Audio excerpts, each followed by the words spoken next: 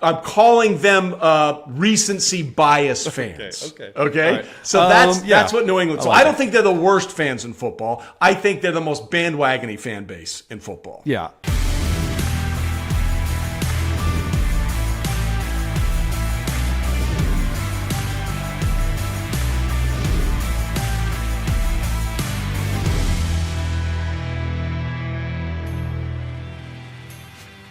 All right, everybody, what's up? Welcome back to another edition of Chasin It, episode 3 on the season. Trey Wingo here with Chase Daniel. Chase, we got a lot to get to this week. We got some major contract news, but unfortunately, I think we have to start with something that happened in the Monday night game, which was the devastating injury to Nick Chubb. And you knew it was bad when Joe and Troy, calling the game on ABC, basically said, we've seen the replay and we're not showing it. And your heart just goes out to a guy like Chubb, who is literally the one of, if not the best running back in the NFL, and his season is likely over now.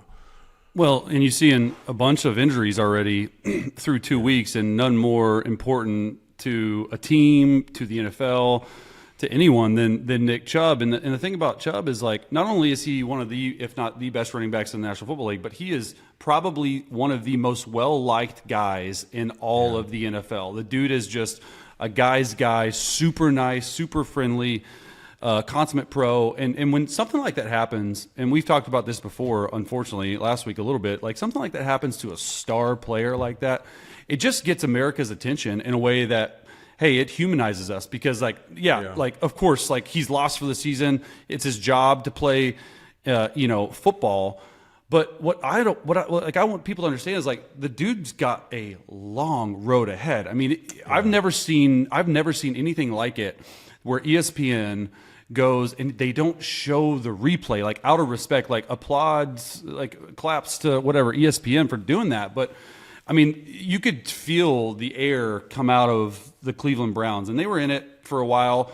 But not only the football aspect, but you got to be looking if it's his. I mean, it's the same knee he hurt in 2015, and it's already been rebuilt the biggest once. thing.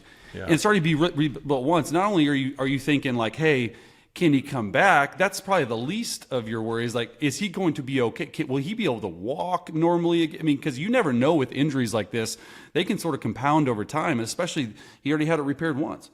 Yeah, and there's 3 sides to this, right? There's the football side to it. There's the personal side to it. And then there's, the financial side to it, because the debate this entire offseason was that why aren't running backs getting paid? And GMs and head coaches and, talent evaluators and player personnel guys are hesitant because of the severity of injury rate at the running back position. And it's not disrespectful to Nick or to Saquon Barkley to talk about this, because I think it puts into context why there are so many concerns. Let me just make sure we all understand.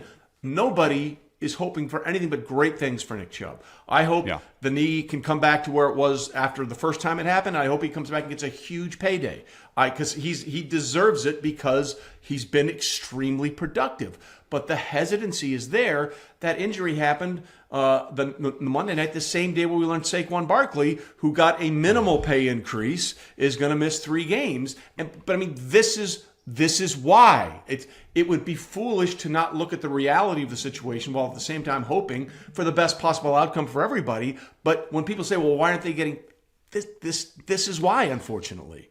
Yeah, I mean, look, the NFL, the injury rate's 100%, right? And with running backs, I would say it can't be higher than 100%, but, like, this is, I mean, you hit it right on the nose, Trey. It's like, this is why running backs across the league, and led by Austin Eckler, were zooming together, trying to get an alliance together, trying to get everything they could possibly do to make sure that they get more money, because they are getting devalued. And this is the situation, unfortunately, with Saquon, with Chubb. This is why teams don't want to do it. And of all the days, right, the grievance was filed with the NFL, or the NFL against the Players Association, like, hey, stop trying to collude and all this stuff. I haven't really read it, but I know that. And then this is the day that a superstar running back goes out, like, just horrible timing. And I mean, wish Chubb all the best, but this is exactly why the fight is going on. I mean, and it wasn't even a dirty hit. That's the thing. It wasn't even a dirty hit. Like, it's just playing football. When you run in between the hashes, when you run in between the tackles, like, stuff's going to happen. These are grown men going 100 miles an hour. I mean, every time they're getting hit, every time it's like a car wreck, and it's not even like something bad like this. Like it looked like his knee was completely like on the other side of his leg. Like it's just it's hard to watch. It's awful, and it also weirdly happens on the same day that the new contract situation comes out for Patrick Mahomes. And for those that have been living under a rock or have been shut off from social media for 4 or 5 days, it's not a new contract. It's a contract restructuring. Air quotes restructuring, which means we're playing with money. Okay, that's what it is. We're playing with money. But the end result is he's still under this 10-year, $450 million contract that he signed in 2020, but they restructured the money, so he's going to get $210.6 million guaranteed through 2026, from 2023 to 2026. And I'm so stupid, Chase, when you put on the text for the show, you said 52.65. I'm like, what the hell is 52.65? And then I went, let me do the math. Okay. Yeah. Divide it by 4 and you get 52.65. Like, yeah. Baylor education didn't really help me there. So basically he set the standard now, $52.65 million per year over the next 4 years. And Chase, the weird part about it, by doing this, it freed up cap space for the Chiefs. Yeah, imagine that. Brett Veach, you're a wizard. GM, like unbelievable. And honestly, like we knew this was coming. We knew that it was going to happen because I think he was like ranked 8th in APY, average per year, for a quarterback. And then he goes and resets the market. And in essence, it's a 4-year, $210.6 million deal, fully guaranteed. And let's be real, before this deal ends in 2026 or whatever it is, they're going to renegotiate it again. So when my thing was like, when Patrick signed the 10-year deal, I know he was going after his father and he was doing a baseball type deal, but the market and the salary cap changes so much so quickly, especially with the new TV deals. Like I said to some of my friends, I'm like, dude, he signed a 10-year deal.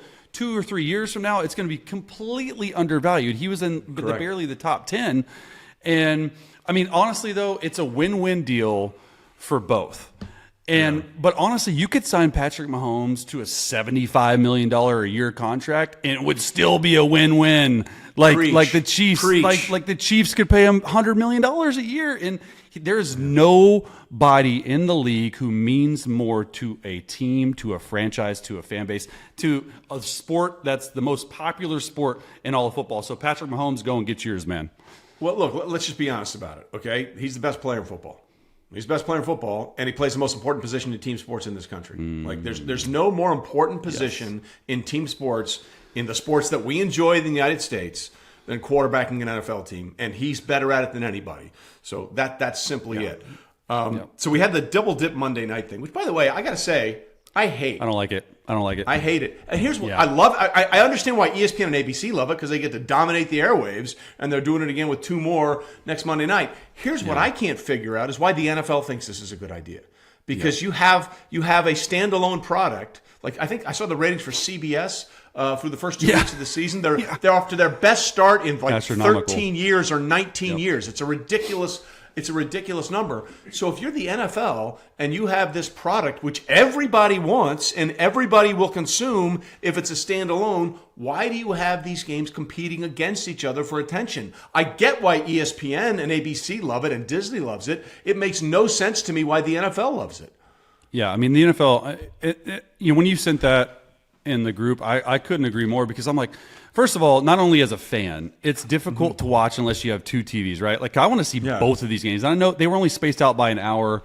You know, we have the best time zone out here in the West Coast, I think, because the game starts at 4, so it's not like a late night. Hawaii, the games kick off at 7 a.m. It's beautiful. Yeah, you're up and you're done with the day by like 2 p.m. after all the games. It's the best thing in the world. But I found it a hard time. Like, I turned on the early game with the Saints and the Panthers, and as I was taking my kid to basketball, and I'm watching it, and all of a sudden the other game comes on, and I just turn that one on, and I just completely forget about the Saints Panthers game. So they're eating into each other's ratings. Like, if I'm the NFL, like, just put maybe another Sunday night game on a different network. Like, I just don't get why there's the same Monday night. We're getting it again this Monday as just a fan. Like, I didn't like it because I was hard to balance both games.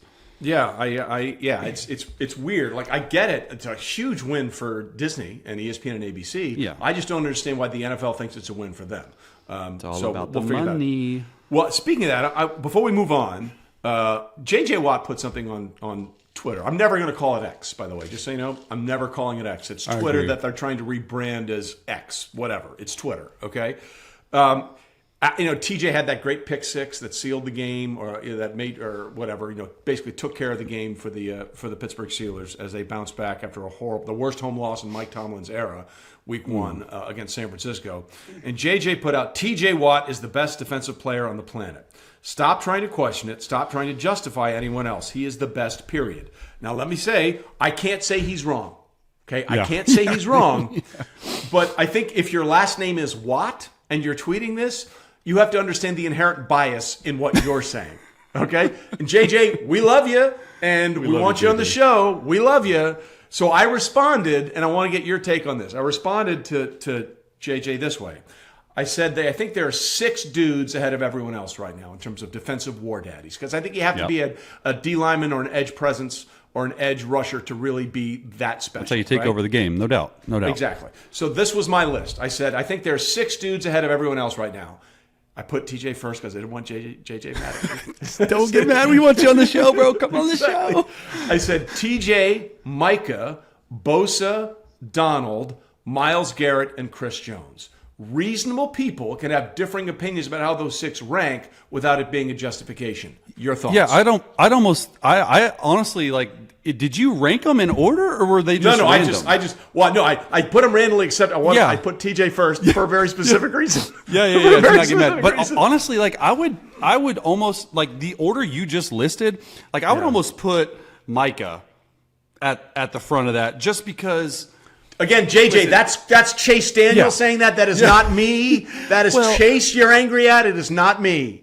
I would say from just purely an offensive coordinator game planning for these guys. Yeah. Micah lines up like 19% of the time. I saw some stat. 19% of the time he's at a different spot. Really, Watt plays on the edge, and they might come inside on some spinner and rush the passer. But Micah is, let's be real, both of them amazing. And it's 1A and 1B in my opinion, but I would go Micah just from a pure game planning perspective. But now TJ, the year he's having already, defensive touchdown, sack, he's 28 years old. Okay. Yeah. And he has 81 and a half or 82 sacks. He's already the franchise leader. Yeah, he's already the franchise leader. He's the leader in the clubhouse for the franchise. Like, what? Yeah. So, I actually did see that tweet, and I'll never call it X. I agree with you. It'll never be called X in my mind. But I saw the tweet, and it had like 5 million views. I'm like, anything J.J. Watt puts out there just gets astronomical views.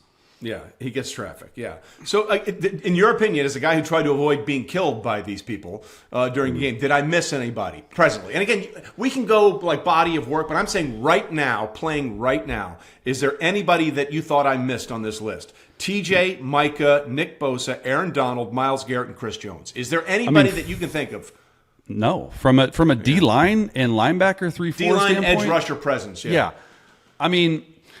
Listen, I thought Joey Bosa, what he did on Sunday was impressive because coming off the injury, getting in there, he had eight plays and 2 sacks. So I don't think he's on a level of that because he's been hurt, but that might be another Bosa, the brothers, right? Like another Bosa that you might add to the list. But you nailed it. You nailed it, bro. Well, thank you. Look, if Von Miller's healthy, I put him on that list, but maybe not now at the back end of his career. And there's guys like Rousseau that are doing really good things for Buffalo. But I think these guys, you saw, and we'll get to this in a minute, but you saw how much Chris Jones dominated that game against Jacksonville. It was insane. That was crazy. When we would come in on Monday mornings for film study, right? We would watch as quarterback. Say I'm on a team. We would watch the previous game, and we would go through, and then the only thing we would get would be an advanced scouting report, okay? And I want to let people in on this. And so the advanced scouting report, if we're playing the Pittsburgh Steelers, okay, the LA Chargers are playing the Pittsburgh Steelers next week, what they would do is they would give us a piece of paper, and it would have the depth chart, and it'd be like little bitty circles, height, weight, speed, maybe some stats from the game, and it would look like, hey, here's a 4-2-5 nickel, here's a 4-1 dime, here's a 4-3-3-4 base defense, and it had every name, and it'd have the backup's name, and they would be color coded. Okay? Yeah. So a gray would mean, A, there's not enough information at all. That'd be like a practice squad player. There'd be a yellow, and a yellow would be, there would be a yellow, and the yellow would be like, average to below average starter. A red would be you're above average starter to a Pro Bowl player. And then ever so often, it would be like a ship passing in the night. You could barely find them, but there would be this blue dot. Okay, on all these scouting reports. And the blue dots were once in a generation players, like the best player at the position. And these guys did not very well hand out these blue dots. And sure enough, the last blue dot I saw was when we played the Steelers, and it was TJ Watt on the scouting report. Like we were watching these scouting reports going by, and you're like, are there any blue dots? Are there any blue dots? Because it's what the scouting people and the whole organization thinks. And sure enough, it was a blue dot. So blue dot Watt. There you go. I like blue dot Watt, baby. All right. So again, JJ, we love you. We want you to come on the show. I just thought maybe you might understand that you have more bias in this conversation than somebody else. Just wanted to throw that out there. All right. So we have now finished 2 weeks of the NFL season, and we have some 2-0 teams, and we have some 0-2 teams. So I want to get your perspective on this. Let's start with the 2-0 teams, and there's a few of them. Is there a 2-0 team that's off to this great start that you're like, I'm not sold? Which 2-0 team right now do you trust the least? Because for me, I think it's pretty obvious, but I want to make sure that I'm not missing something. Oh, obvious. Oh, now you're putting the pressure on me. I mean, I went through it this morning, and to me, it's the Bucs 2-0. Yeah, Bucs. I'm 100% with you. 100% with you.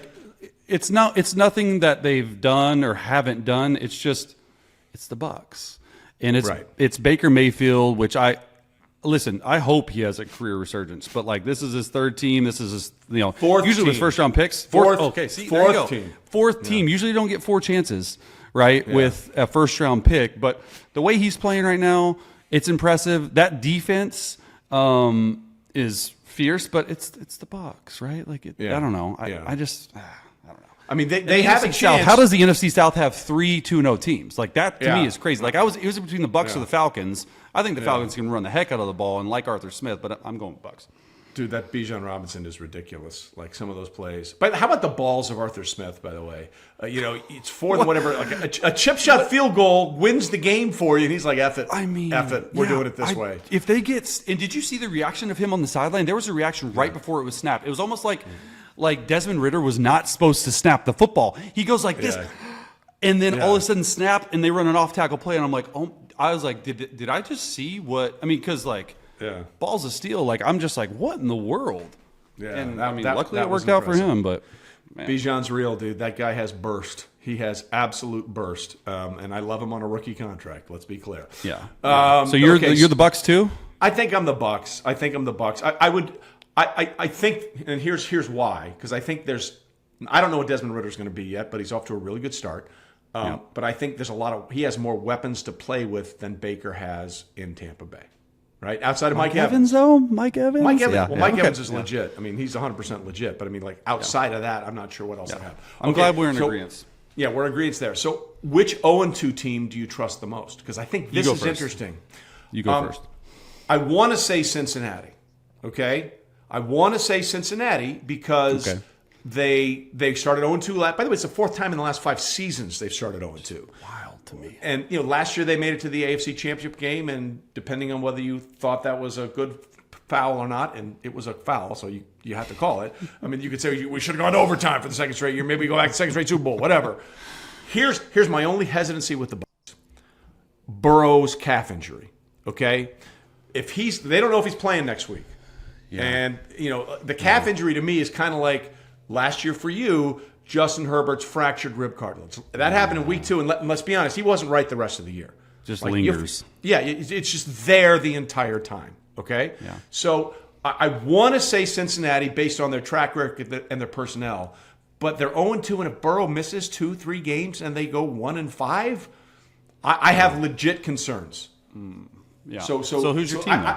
I have to say Cincinnati, but I have a big freaking asterisk next to it.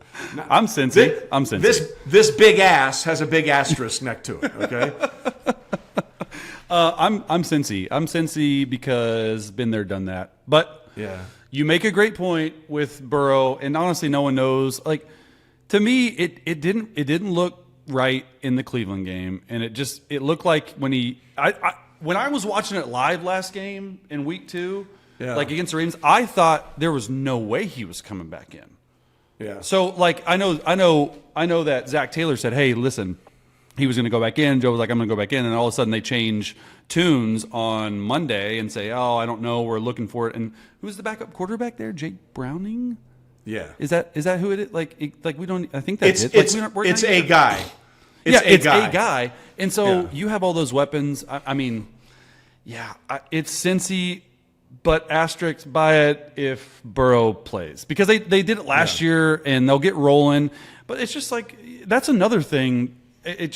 Our defense is getting better early in the year, or our offense is getting worse. Like, that's the question I want. Because all these teams that we thought would be tearing up the scoreboard, it's just not happening this year. Well, yeah, I do think, look, there's always a cycle, right? And I think NFL defenses have sort of adjusted a little bit. But I think defense, it's like pitching and hitting early in a baseball season. I think pitching is always sort of at an advantage until you get into more of a rhythm when you're hitting. And I think the same way happens with offense. I think it's easier. Like when a team we're going to talk about very quickly that has had a bunch of change, they're not pumping on all cylinders yet because I think it takes reps, which you don't get anymore because the practices are limited in training camp. That's the bigger issue. Yeah. The limitation of practice. Yeah. Correct. All right, so one team that is 0-2 that we didn't talk about, which is one of your old teams, and that is the Chargers. They are now 0-2, and if you go back for the last 3 games, Chase, that the Chargers have played, okay, the last 3 games, this is what it is. Blow a 27-point lead in a playoff game, have a lead against the Dolphins at home, lose it, have a lead on the road against Tennessee, and lose it. Brandon Staley, I know you love him, and you've defended him many times to me privately, publicly, while you were playing with him, after you stopped playing for him. How hot is that seat right now? I mean, it's got to be pretty hot, right? I mean, you're going. You go 0-3. You know the organization. Yeah, I mean, listen. I don't think the Chargers are one to make a move and make a change in the middle of the season, right? Like, but I will say, their bye week is week 5, and they're 0-2. They play the Vikings, and then who do they play in the week 4? I mean, there's a possibility they could be, if they're 0-4, like everything's on the table, right? With this offense, you've gone all in. Kellen Moore. I mean, the offense is, hitting on all cylinders right now, and it's the defense that needs to be, caught up. And I think Staley, it's a tough situation because at some point, like you look at the Jacksonville game, and he got testy with the reporter on it, and that's outside his thing. Like, he doesn't ever do that. Like, he's an upbeat, positive guy, and I think it was just wearing on him. The loss. He's like, how do you think the locker room feels like? Like, of course we're down and dejected. Like, yeah, listen, it's part of your job to answer questions from the media. But you look at the Jacksonville game, like, to me that was like, we lost the game, but that was a fluke. Like, in my opinion, it's the biggest comeback ever, and there's only so much you can put on the head coach for that. Eventually, sometimes the players got to have accountability. Then you go to the first game. The Dolphins look like, to me, and maybe we talked, but they look like, to me, the best team in football. Like, offensively, they might be.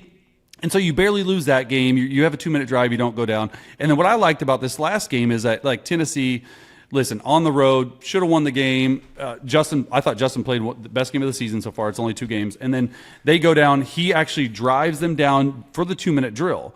And they kick a field goal to get in, to get into OT, and then obviously lost in overtime. So it's not like these losses are embarrassing. Other than the Jacksonville loss, it's not like these losses are like, oh my gosh, we completely screwed it up. We completely did everything. But it comes with the territory of being an NFL coach. I say all this because I'm like, the seat is hot. Like, the dude's got to win. Like, ultimately, like, that's what you're judged for in the NFL as a head coach, is wins and losses. Yeah, it's not a try-hard league; it's a result league. Everyone tries hard, so it's all great. And the problem, Chase, for the Chargers is there is a pattern here, right? Like, Yeah. Do we want to talk about every Thursday night game against the Chiefs at SoFi Stadium? Hey, we're in it, but we somehow lose. You know what I mean? Like these things tend to happen with this. Again, the Chargers, I mean, to me, it's on brand because this is who they are historically. 2010, people forget. 2010, the Chargers had the number one offense and the number one defense in the NFL statistically and didn't make the postseason. That's almost impossible. That's because their special teams were 33 out of 32, but that's a second issue time. But I agree. I think that it's getting late early for Brandon Staley. Yeah. Tom Telesco is a friend of mine, the GM. He's. I mean, there's a lot of money and there's a lot of investment with the Chargers in the quarterback and in the people that they picked up in that stadium. It needs to pay off really soon, and it may not be with Brandon Staley if the results don't flip. All right, so we talked a little bit about this earlier when we were talking about defensive players, but the Chiefs got their first win of the season, then their second one on Monday when they signed Mahomes to that contract, and it was a really team-friendly deal. But I think that people need to understand something, because I've already heard it from a million people, okay? Well, they only scored 21 Thursday night opener against the Lions. They only scored 17 against the Jacksonville Jaguars on the road. The Chiefs miss Eric Bienemy, who was their offensive coordinator in name and in title, and now has the same job in Washington, and he's doing a great job in Washington with Sam Howell. They're off to a great start, 2-0, that miraculous comeback against Denver. But Chase, Matt Nagy. He was your head coach when you were in Chicago. You obviously know Andy Reid because you were with him in Kansas City. When you hear people say 2 games into the season, the Chiefs miss Eric Bienemy as their offensive coordinator, you say what? I say absolutely not. Like no, not one bit. Listen, I loved EB. EB was when I was there 13, 14, and 15, he was running backs coach, and you could just tell like in his demeanor, like he was going to become an offensive coordinator. I still don't understand why he's interviewed for a lot of these head coach jobs. Like this is going to help him. What he's doing with Sam Howell early in the season, like it's just going to help him, and that's ultimately why he left to go do his own thing. But I was with Nagy too, and he was a first-time coach in 2013 when I was there in the quarterback room with Alex Smith. So he was the quarterback coach for me for 3 years. Obviously played for him for 2 years. Like Nagy's not the problem, and it's an easy storyline for Chiefs fans because they're used to blowing out people. Listen. Your offense right now does not have to be all world with the way that your defense is playing. Okay? You have some time. You have some time to figure it out. Listen,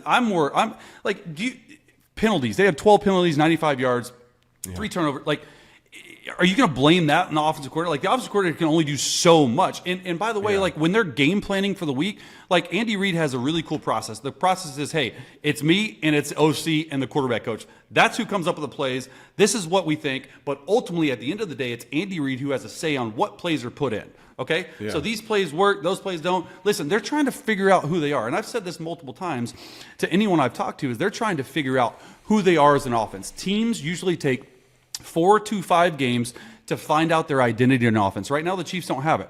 Travis Kelce's not 100% healthy.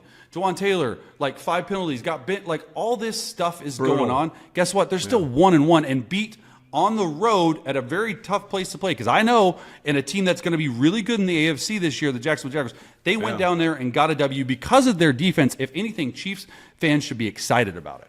No, I agree. Listen, real quickly, I've always said the only team that can beat the Chiefs is the Chiefs, and I think we've seen that in 2 games. Like, if Kadarius Toney, again, had hands, they win that Lions game by 10 points. If Jawan Taylor doesn't have 3 penalties when they have a 1st and goal from the 10, they probably win by 13 or 14 points. If Justin Watson doesn't drop a fumble after a 1st down catch, if Richie James doesn't muff a punt inside the 15-yard line, which led to 3 points, like the only team that can beat the Chiefs are the Chiefs. And to your point about the defense, and we talked about it a little bit, Chris Jones was a monster in that game. Let's think about what the Chiefs defense has done through the 2 games of the season. They held the Lions, one of the highest scoring offenses in the NFL a year ago, and will be again this year after what we saw. Yep. They held the Lions to 14 points. They held Trevor Lawrence, Calvin Ridley, Zay Jones, Travis Etienne, Evan Ingram to 3 field goals, bro. Like this, This is the best defense the Chiefs have had under Andy Reid at any time in his tenure. And as soon as Mahomes and those guys get in sync, the Chiefs are going to steamroll people. I totally agree. And the biggest thing for me of the takeaway from the Jacksonville game was the Jacksonville Jaguars were a big goose egg, 0 for 4 in the red zone. If teams can't score touchdowns against the Chiefs might run the table. It's just, be honest with you, with Mahomes. If Mahomes stay healthy and they don't allow touchdowns in the red zone, I mean, it's impressive. It's impressive what they're doing. Yeah, I just think there's a little coordination that needs to be getting with the offense because there's a bunch of new receivers and Travis is there. Takes time. He made a big difference on third down, so we'll do that. So, okay, so we got a lot more we get into, but you have a beard, and it's a good beard. I mean, it's a fine beard. It's a beautiful. It's better than chin, fine, Trey. It's better sweater. than fine. Yes, it's full and it's flowing and it covers you completely. But we have a better beard joining the show. And ladies and gentlemen, let's bring him in now. Ladies and gentlemen, now joining us on this episode of Chasin It, none other than the unofficial mascot of the NFL, Ryan Fitzpatrick is here. Yes! Oh, Fitzmagic, baby. I love it. What's up, dudes? Chase, you already got a show named after you? That's huge, man.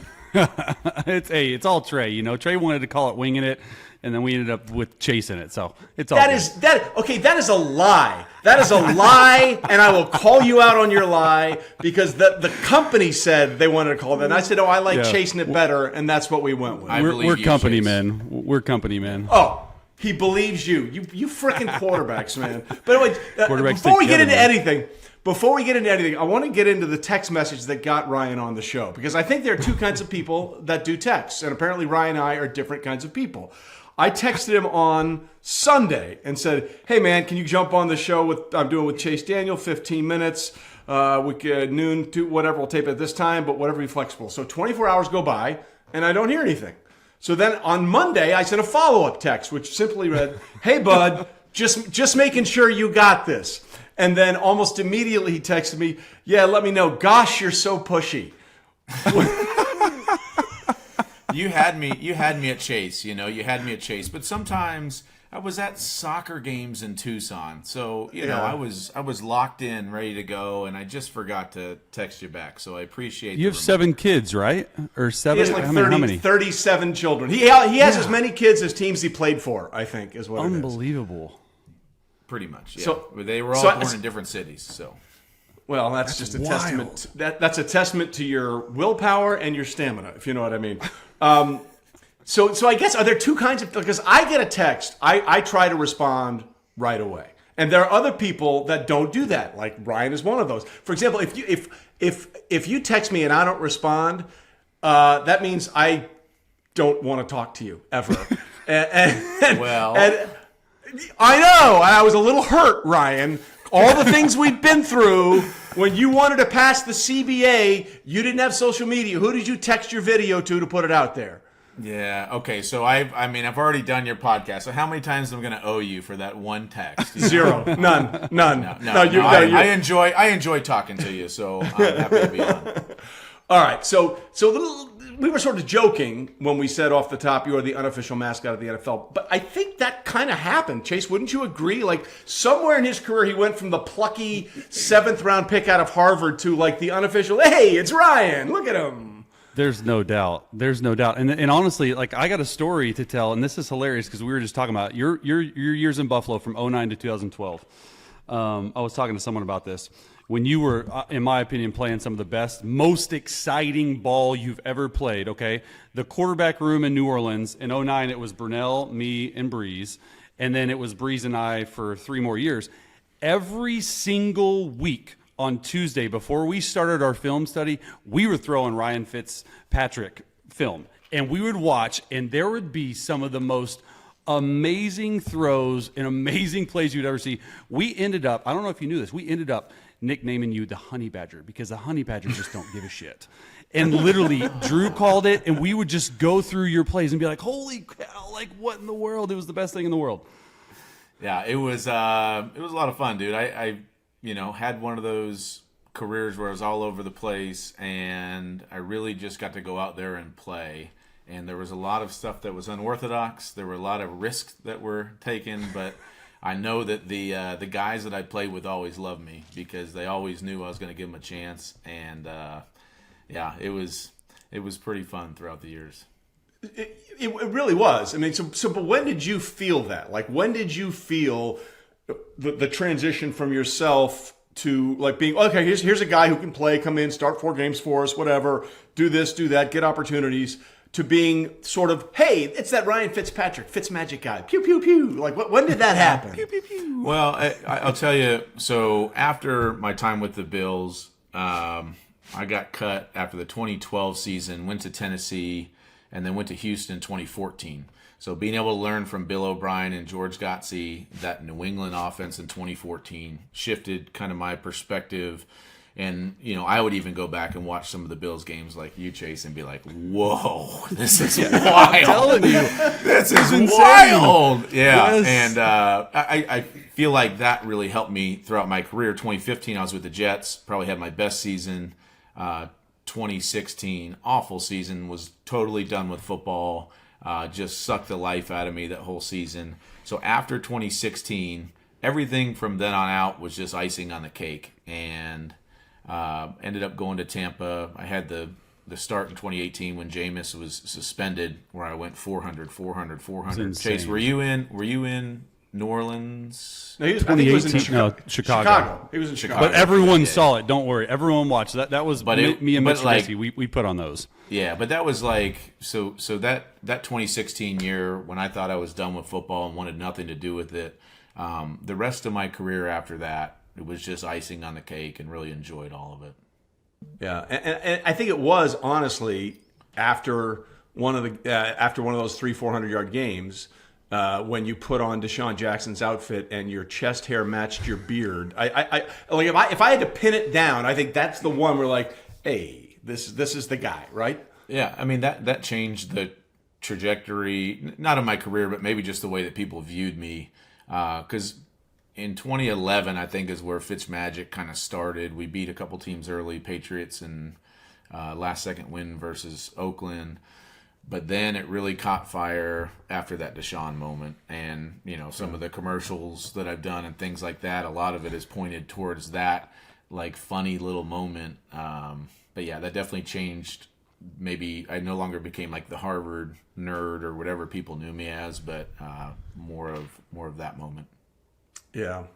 I feel like you really embraced it, though, too. Like, you've completely embraced it. Like, my question is, like, how – like from your career, 17 years, like did you end up wanting to like go into media, or did it just sort of get thrown in your face like I'm going to be good at this? And that was my turning point. I'm like, dude, this guy has got a hell of a career outside of just playing quarterback.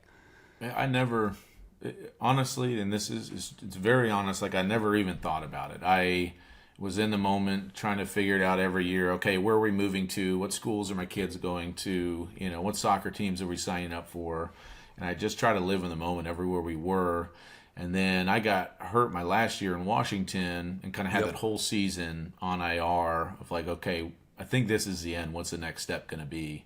And just the timing of Amazon starting up their Thursday night stuff, just it couldn't have been better. I could not be happier than where I am right now with the team I'm with, but also just being a part of Amazon. And Chase, we were talking about this before we came on, but like that culture and being able to meet some of the people, not just that are in that production that we do, but just around the buildings, and such an amazing place with so many talented people. It's a lot of fun to be with.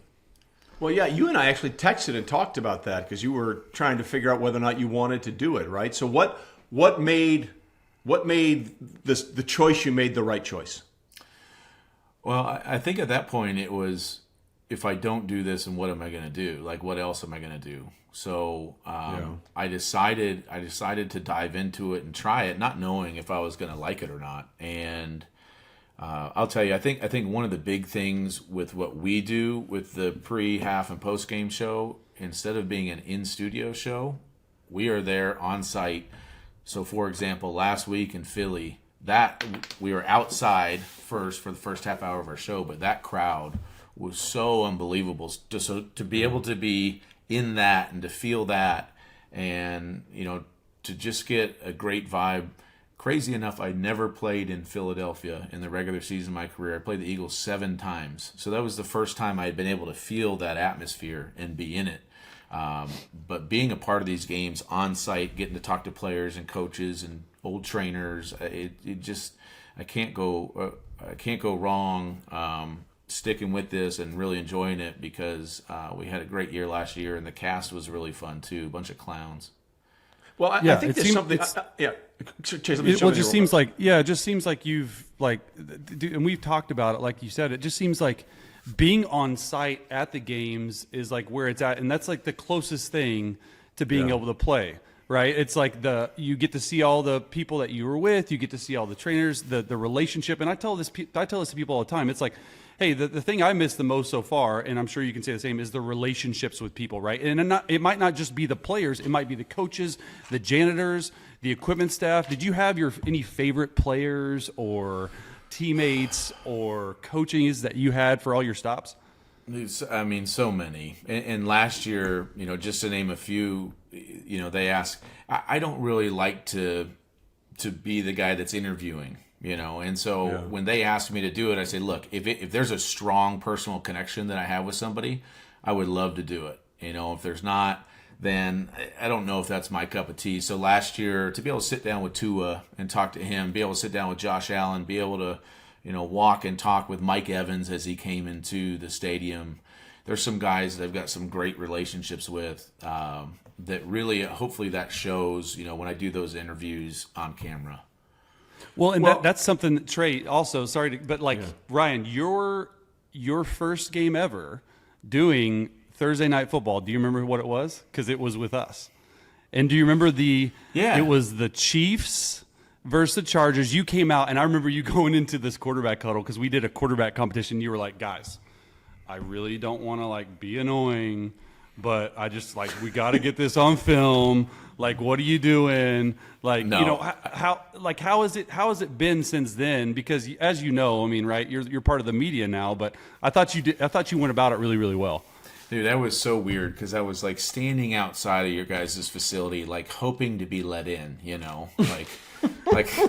was just okay, I guess I'm on the outside now. But that one wasn't great because, as you know, Justin Herbert, aside from getting paid for doing these commercials, wants nothing to do with having his face anywhere. Yeah. So the whole gig was to go talk to Justin, a little throwing competition for fun, and as soon as the camera came on, he was like, dude. And I was like, well, this is going to make for great TV. Yeah, well, Justin came in the quarterback room, and he was like, Chase, do you know Fitzpatrick? Because he wants to sit down with me and talk. And he was like, can you and Easton be there, and can everyone else be there? Because I really don't want to do it, but I think he's a good guy, so I want to do it. Dude. That was the exact conversation that went on. And it was it was with the media staff there, it's okay, you guys know he's not going to talk, so why are we doing this? But it was we tried to make a 20-second clip out of it, but I felt so defeated after that. What do you do when the quarterback goes, and then as he walked off, he said, dude, sorry. I'm just go get paid for a couple commercials and, do your thing, See, I think we all missed a golden opportunity here, Chase. Or you could have said, yeah, Fitzpatrick's a dick. Don't talk to him. He's not, though. That's the thing. You're the nicest human being, in the world. And some quarterbacks can be like that. But, I mean, dude, you went about it really well. I thought it was awesome. I've abstained from doing any more of those because that one was an absolute disaster. Well, but you can only go up. So you start low so you can finish high. And let's finish high because I know we don't want to take too much of your time up. But I talk to a lot of people when they think about the game when they played, right? And they think about a certain way and they see it a certain way. And then they go into what you've gone into, media, broadcasting, and you see it differently. Looking at the game, like you said, as an outsider now, as opposed to someone that's inside the huddle, inside the white lines, putting the helmet on, knowing what happens, how different is your sort of appreciation or understanding of the game? I'll say two things to that. One is when I stand, when we're at our little set and I'm watching these guys run around and hit, I'm like, how the hell did I do that for 17 years? I mean, it is absolutely crazy. It's such a vicious game. But the way that I prepare now, I like to watch the TV cuts, so those condensed version of the TV cuts, rather than the all 22. And if there's something I need to dive into with the all 22, Justin Fields, okay, he's struggling. We're going to have to talk about him in a couple weeks. I really need to dive into what's happening, what the concepts are. But in general, I'm trying to watch the game like the viewer watches it right now. And I'm trying to take away what I can, but by the way, the viewer is also seeing it. So I think, when you first get into it, you want to be right all the time, and you want to make sure everything you say comes true. And that's not necessarily the best thing. The best thing is, I want to give a different perspective. I want to be entertaining. And, with that, like if I'm going to throw a stat out or I need to watch the All-22, that's fine. But less stat heavy. People don't want to hear that. Just my observations can usually be backed up by stats. But like if I'm observing something, I'm just going to provide that perspective to the viewer. I think that's a great point because so many people that sort of make the transition from playing to being an analyst think that that's what they have to be. Yeah. Listen to him. Listen to the better beard, Chase. Listen to the better beard. Chase, I had to learn that last year. I had to learn that last year. Like I'm sitting there like, okay, PFF or Next Gen Stats from Amazon, like tell me how many passes he's thrown within 5 to 7 yards of the line of scrimmage. Like who cares, right? Yeah. I mean, we're all observing and watching. Yeah. They have people. They have people for that. Okay, your whole thing is because you see the game differently, and that's what makes it interesting for people. This is what I saw, as opposed to what like Teddy Bruschi once said. The greatest thing in the world. He said, if you take your eyes off the football, you'll learn a lot about football, and those are the perspectives that I think people want from you guys that have played the game forever. So, speaking of forever, 30 years of NFL experience in the league between the three of us. I mean, I think that's remarkable. Absolutely remarkable. Between the three of us. Chase, how many times did you go to the playoffs? Oh, dude, I went. So I think we ended up going 8 out of 13 years. See, you're hurting him. Why did you even answer that question? Because you know what he's going to say. You're hurting him right now. Trey, say it for me. Trey, say it for me, Trey. Big dog nut. Nothing. No, we have 8 years between the three of us. 8 years. Oh, yes. Sorry. Yes. 8. Yes. Sorry. Super Bowl between the three of us. One Super Bowl. I did not take the bait. You are correct. 8 years of playoff experience quarterbacking the NFL between the three of us. But listen, even if you didn't get to the postseason, you went from a plucky 7th rounder to making commercials with Kevin frickin' Hart, man. Kevin Hart. That's hilarious. That's amazing. Which by the way, I didn't know the magic of TV when we did that. I brought 2 of my daughters because they wanted to meet the guy from Jumanji, and I read the script. I said, "Oh yeah," and so we did an 8-hour shoot at the Rose Bowl, and Kevin Hart was not there. And my daughters, after the first hour, were like, "Oh my! What are you, Dad? Where is he? Is he coming or not?" Like, so I took a selfie with him because he was on set with us in Philly, and I said, "Look, I actually have met him. He is real." There's Fitzmagic and there's television magic, and Fitzmagic is way better than television magic. I think that's what we've learned. Well, look, Ryan, keep killing it, man. We appreciate you joining us, and continued success, all right? All right, thanks, guys. Always good to catch up with Ryan, but now I know it's like the double tap in Zombieland. I got to double text him to make sure he gets it. I mean, right? There's some people like that. I'm a one-text guy, and if I don't respond, I don't like you. You're dead. Yeah, you're dead. Or I'll do this a day later. Hey, somehow I missed this, bro. Sorry. Yeah, right. Everyone has their phone 24/7. You know who's texting what. It's the passive-aggressive way of saying, I don't want to deal with your shit right now. I just don't want to deal with your shit. So a day later, hey, man, sorry. Yeah, all right, sorry. Moving on. Okay, moving on. Let's do a little rapid fire as we wrap up the show today. Okay, Geno Smith. Was he lucky or good in that win over the Detroit Lions? Because I thought he made one of the biggest boneheaded plays of all of week 2, which allowed that game to go to overtime. It's right around the 2-minute warning. He's running around. Just throw it away. Instead, he takes an enormous sack, which means they have to punt from basically inside their end zone, which allowed the Lions to tie up the game. And eventually, give Geno credit. He threw some dimes in overtime to get the win. But he was a little lucky there. He was lucky on one play. And that's why I watched the whole game, and he was lucky on one play. Like, he wants that play back. But overall, he was not only good, he was very good against a very good Detroit Lions team. Okay, and that's something that He threw for over 380 yards, and people don't realize, like, to win on the road, I don't care who you are or where you're at or what you're doing, but Geno Smith, and we don't talk enough about him because his week 1 performance was just okay, but I thought he stood out in a lot of the games for the Seahawks to go 1-1 versus 0-2. He was the reason why they went, why they're 1-1 right now. All right, so then let's talk about the Giants. Again, at the half of the game in Arizona, the Giants had played 6 quarters and been outscored 60-0. I love First that of all, stat. you know, one of my favorite things is people talk about halftime adjustments. You know, can we expose that myth? Halftime adjustments are this much. They're this much, right? You're getting a sandwich, you're taking a leak, you're taking a shit, whatever you got to do, and they say, "Hey, we're going to try this play." So there's no Grand Inquisitor halftime adjustment wizard, right? Let's just pull the cover back there. Yeah, it's like you've been in some locker rooms or something, man. You know exactly what goes on. Shit does not exist. Okay, guys, here's the whole new game plan we're going to start. But what I will say about Daboll is give him credit because there was every reason for the Giants to think we have no effing chance to win because we had sucked for 6 quarters, and somehow he got them to believe that they still had an opportunity to win, and they did win. So I got to give him credit for that.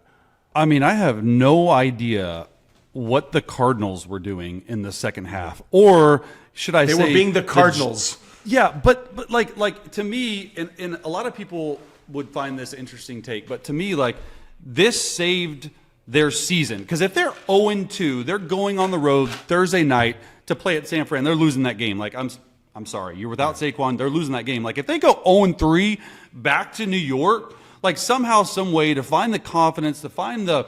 I mean, it's not fun when you're down like that at halftime. It's their biggest comeback win since 1949. They're avoiding an 0-2 start. To me, Daniel Jones, finally, it just looked like a different player. It finally, like, okay, we've sucked so bad for the first 6 quarters of the season. Like, let me just go ahead and turn it on right here for you. And finally got Waller involved. Finally got everyone else. Like, it started to click, and they were unstoppable in the second half of the game. It almost felt to me, and Daboll has denied it, but it almost felt to me, Chase, like he said, "F it, I'm calling the plays in the second half." Yeah, that's what I heard. This play calling controversy. I just heard it this morning. I mean, listen, it's Daboll's offense. I heard Daniel Jones say that today on the Hey K Adam show. But Kafka obviously comes from the Chiefs, and he's been calling plays. So who knows? Like, I've had a lot of that situation where sometimes Andy would call him, sometimes Andy would give it to Bienemy to call, sometimes Bienemy. It's just, you know, and sometimes it happens like, hey, in the quarter, I'm just taking it. And it sure did look like there was something else different about the play calls in the second half. Very, very different in the second. All that is a long way of getting to this rapid fire, which isn't that rapid fire, which is the Giants I still believe the Giants are bad. We just think the Cardinals are worse. So what are the Giants' prospects if Saquon misses 3 games? I think they play Miami, San Francisco in that stretch. Like, they could be really behind the 8 ball really quickly here. Yeah, I mean, it's Saquon. It's probably their most important player outside of Daniel Jones on offense. The defense has to play a lot better. They got to get on the same page. They got to do some stuff outside of their comfort zone. But Saquon's a 20, 25 touch a guy, especially this past year or two. So you lose that. It's just, once again, another running back injury that we talked about earlier in the show. It's sad. It sucks. Yeah. All right, so let's go back to the Jacksonville game because they were in it all the way to the end. If the end zone was 11 yards, they would have had 4 touchdown passes. But their receivers need to know that it's not 11 yards. If the end zone was 11 yards, Dan Orlovsky would not be a meme. So, you know, I get it. I understand that. But my question is, it's 17-9, about 5 minutes to play. They have a backward pass, which is correctly challenged by the Chiefs. It's called a lateral. So it goes from 4th and 10 to a 4th and 12. I get it. You need a touchdown and an extra point to tie. But there's almost 5 minutes left in the game. You have 3 timeouts and the 2-minute warning. They opt to go for it on 4th and 12, and that essentially ended the game because the Chiefs ran out the clock. Okay, and maybe that's the most important thing to focus on here because the Chiefs ran out the clock. But if I'm Doug Peterson, if I kick a field goal here, it's 17-12. The Chiefs have not dominated us offensively. They've made mistakes. Our defense is held in. Let me get the ball back with a chance to win with just a touchdown instead of hoping for a touchdown and a 2-point conversion. I did not understand that thought process. I tweeted about it right when it happened. I said, kick a field goal. Just kick a field goal. Get the momentum going. A touchdown wins the game, a touchdown and a 2-point conversion makes it a 3-point game, and KC's got to go down on that defense and go score, which they really weren't moving the ball until the second half. So interesting decision by Dougie Fresh to me. Do you think it was the right decision or the wrong decision? No, wrong, completely wrong. Yeah. I think he kicked the field goal. And again, I get it. He's justified or bailed up by the fact that they didn't stop him. And I get it, but I mean, I'm still taking the points, and then your team feels better. Like there's a part of this. Okay, you got points, you got closer. How dejected were they when they got nothing? Right, that factors into this as well. Totally, and it's like, hey, like on the sideline, it's a completely different beast. If you are truly a touchdown away from possibly winning the game with a 2-minute warning and 3 timeouts, the vibe, the feel on the sideline, much better. Like, hey, let's go down and score a touchdown to not only beat the best team in the NFL. I don't know. All right. So, we're in agreement there. They should have kicked a field goal. Speaking of field goals, the Rams, with time running out in this game against the 49ers, as they lost their 9th straight regular season meeting. Yes, they won the NFC Championship game a year ago. I get that. But Kyle Shanahan owns Sean McVay and the Rams. 9 straight regular season games, they beat them. They kicked a field goal to cut the lead from 10-7. The spread was 7.5. Why do you kick the field goal? Like, I get, there's not a point difference. Is there a point differential basis that is a tiebreaker for a division crown? I mean, maybe like the 15th tiebreaker. Yeah, like that was weird because a lot of money changed hands on that field goal being made from. So the lead went from 10-7 and the spread was 7.5. Dude, it was the most interesting thing to me that happened when I saw him lining up for a field goal with like 2 seconds left. I'm thinking, like, what's happening? And then Mark Sanchez is on the broadcast saying, "Oh, bad beat." Like, I was loving listening to him, and they ended up making it. And then to add to the drama, Darren Ravel from, I don't even know who he's with right now, but the number one gambling reporter in all of football, he was trying to get into the press conference from Sean McVay yesterday. They wouldn't let him in. I'm just saying. That's a little weird. That's a little crazy. That was nuts, man. I mean, like the Chiefs, for example, finished that game on the 2-yard line against the Jags, and they could have had a courtesy touchdown to make themselves feel better. They're like, no, we're good. We're moving on. Yeah. It was weird, and the world noticed. All right, speaking of the world noticing, the Dolphins, who might be the best 2-0 team, walk into New England and come away with a big Sunday night win, and afterwards, Ty Hill says Pat fans may be the worst in football. Do you agree? Well, what do you think? I think no. Well, here, I'll answer. You asked me, so I'll answer. I don't think they're the worst fan base in football. I think they're the most disingenuous fan base in football. Because I think half of the people that claim to be Patriots fans didn't know the Patriots existed before 2001. Okay? Yeah. If you're a fan, if you're a freaking fan of a team, fan is short for fanatic. If you're a Patriots fan, you need to know who Mac Herron is. You need to know who Steve Grogan is. You need to know who Scott Sisson is, who Tom Tupa is. Okay, you need to know who these guys are. Irving Fryer. If you know who Irving Fryer was when he played for the Patriots, then you're a fan. There are a lot of bandwagon fans in New England that have just enjoyed a great 2 decades and they decided to be a part of the fun. So that's my beef with Patriots fans, because nobody was going to those games at one of the worst stadiums in the NFL for 30 years. Okay, so nobody was showing up. Bandwagon fans is what you're calling them. I'm calling them recency bias fans. Okay. Right. So that's what New England. So I don't think they're the worst fans in football. I think they're the most bandwagon-y fan base in football. Yeah, I don't think they're the worst either. I think that he was probably caught up in the moment. Stuff happened. I mean, my wife went to a divisional playoff game in 2015, Chiefs versus Patriots. We ended up losing that game, Alex Smith game. I think we lost it by 8. And she said she had a good experience. So I can only base my experiences at these stadiums with stuff my wife goes to. I would say, like, the way we were treated in Philly is a lot worse than she was treated in the Patriots. At the Patriots. You would not be alone there. And look, obviously, Eagles fans hate it when you say this, but like, there's a reason there was a jail at the old vet. Okay, there was a reason the jail was there. They had a jail at the stadium. And there might be this might be a softer, gentler version of Eagles fans now that they have a nice stadium and they have a Super Bowl title. Bullshit. I think they're probably, you have to be able to handle it the right way. But if they think they're getting to you, you are It's like feeding meat to a hungry Rottweiler. Okay, you are toast. If you can't handle it, they will stay on you until you. They want to make you cry. Yeah, they want to make you cry, and they want to physically hurt you at times. So I would have to put the Eagles. I will put the Jets in there as the most entitled fan base. You guys have won nothing since Super Bowl III. Super Bowl III, and you keep thinking you're relevant, and then every season you prove to us that you're not. Every year. So funny. That's every a good year. Point. That's a good point. All right, listen, our last rapid fire, and I'm going to ask this one because you wanted to talk about it so much.